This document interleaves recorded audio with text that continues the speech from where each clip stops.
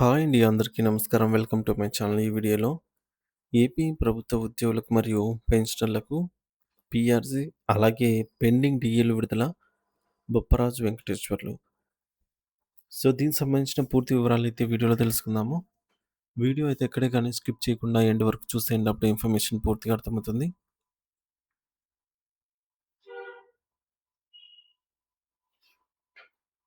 అలాగే వీడియో కొత్తగా చూస్తున్న వారైతే మన ఛానల్ అయితే సబ్స్క్రైబ్ చేసుకోండి. సబ్స్క్రైబ్ చేసుకోవడం వల్ల నేను చేసే ప్రతి ఒక్క వీడియో మీ వరకు రీచ్ అవుతుంది. వీడియోని లైక్ చేయండి, షేర్ చేయండి. ఇక ఆలస్యం చేయకుండా వివరాల్లోకి అయితే వెళ్ళిపోదాము. ఫ్రెండ్స్ ఇక విషయానికొచ్చినట్లయితే ఆంధ్రప్రదేశ్ రెవెన్యూ ఉద్యోగుల సంఘం రాష్ట్ర అధ్యక్షుడు బొప్పరాజు వెంకటేశ్వర్లు గారు ప్రస్తుత ముఖ్యమంత్రి నారా చంద్రబాబు నాయుడు గారి నేతృత్వంలోని కూటమి ప్రభుత్వంపై అత్యంత తీవ్ర స్థాయిలో మండిపడ్డారు. రాష్ట్ర వ్యాప్తంగా ఉన్న లక్షలాది మంది ప్రభుత్వ ఉద్యోగుల ప్రతినిధిగా ఆయన మాట్లాడుతూ ప్రభుత్వం అనుసరిస్తున్నటువంటి మొండి వైఖరి వల్ల ఉద్యోగుల భవిష్యత్తు అంధకారంలో పడుతోందని ఆవేదన వ్యక్తం చేశారు. ముఖ్యంగా కొత్త వేతన సవరణ, పీఆర్సీ ఏర్పాటులో జరుగుతున్న జాప్యం వల్ల తమకు రావాల్సిన ఆర్థిక ప్రయోజనాలు శాశ్వతంగా దూరమవుతాయేమోనని ఉద్యోగులు తీవ్రమైన ఆందోళన వ్యక్తం చేస్తున్నారు అని ఈ మేరకు ఆయన నొక్కి చెప్పారు. ఒకవైపు నిత్యావసర వస్తువుల ధరలు ఆకాశాన్ని తాకుతున్నా, మరోవైపు ప్రభుత్వ జీతాల పెంపు విషయంలో ఏమాత్రం స్పందించకపోవడం దారుణమని ఆయన పేర్కొన్నారు.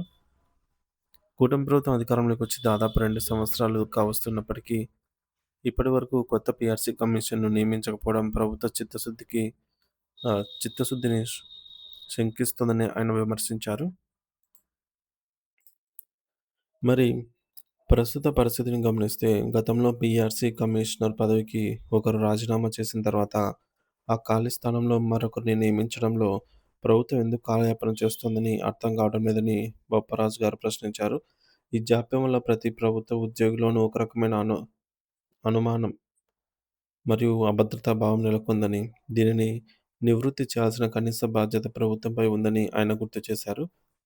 విచారకరమైన విషయం ఏమిటంటే, గత 50 ఏళ్ల చరిత్రలో ఎన్నడూ లేని విధంగా కేవలం ఈ 2 పీరియడ్లలోనే ఉద్యోగులు ఒక పూర్తి పీఆర్సీని కోల్పోయే ప్రమాదం కనిపిస్తోందని ఆయన హెచ్చరించారు. సాధారణంగా నిర్ణీత కాల వ్యవధిలో జరగాల్సిన వేతన సవరణలు సకాలంలో జరగకపోతే ఉద్యోగులు తమ సర్వీస్ కాలంలో వేల రూపాయల వరకు ఆర్థిక నష్టాన్ని చవిచూడాల్సి వస్తోంది. అందుకే తక్షణమే పీఆర్సీ కమిషన్‌ను నియమించి రాబోయే ఉగాది పండుగలోపు ఉద్యోగులకు ఒక తీపి కబురు అందించాలని ఆయన ప్రభుత్వాన్నయితే డిమాండ్ చేశారు.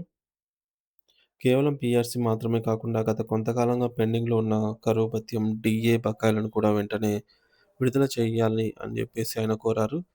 ధరల పెరుగుదలకు అనుగుణంగా అందించాల్సిన డీఏలు రాకపోవడం వల్ల మధ్యతరగతి ఉద్యోగ కుటుంబాలు తీవ్ర ఇబ్బందులు పడుతున్నాయని ఆయన వివరించారు.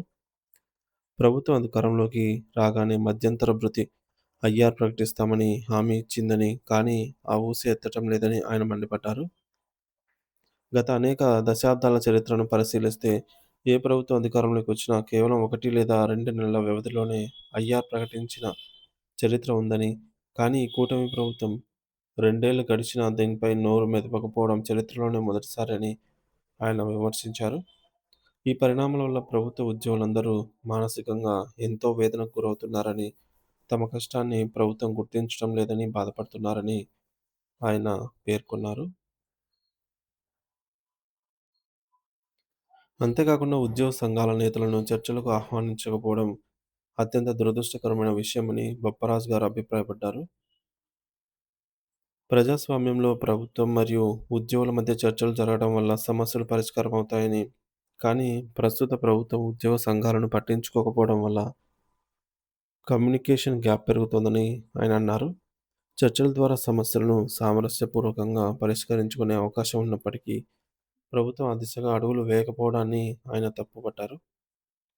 పీఆర్సీ కమిషన్ నియామకం, పెండింగ్ డీఏల విడుదల మరియు ఐఆర్ ప్రకటన వంటి అంశాలపై ప్రభుత్వం త్వరగా స్పందించకపోతే ఉద్యోగుల నుంచి తీవ్ర నిరసనలు ఎదుర్కోవాల్సి వస్తుందని ఆయన హెచ్చరించారు. ప్రతి ఉద్యోగి తన కుటుంబ అవసరాల కోసం, పిల్లల చదువుల కోసం ఈ జీతాల పెంపుపైన ఆధారపడి ఉంటారని, వారి ఆశలను నీరుగార్చవద్దని ఆయన విజ్ఞప్తి చేశారు. ప్రభుత్వం ఇప్పటికైనా కళ్ళు తెరిచి క్షేత్రస్థాయిలో ఉన్న ఉద్యోగుల సమస్యలను పరిష్కరించి వారికి మనోధైర్యాన్ని కల్పించాలని బొప్పరాజు వెంకటేశ్వర గారు డిమాండ్ చేశారు. ప్రభుత్వం నుండి వచ్చే స్పందనను బట్టి భవిష్యత్ కార్యాచరణను ప్రకటిస్తామని ఆయన స్పష్టం చేశారు.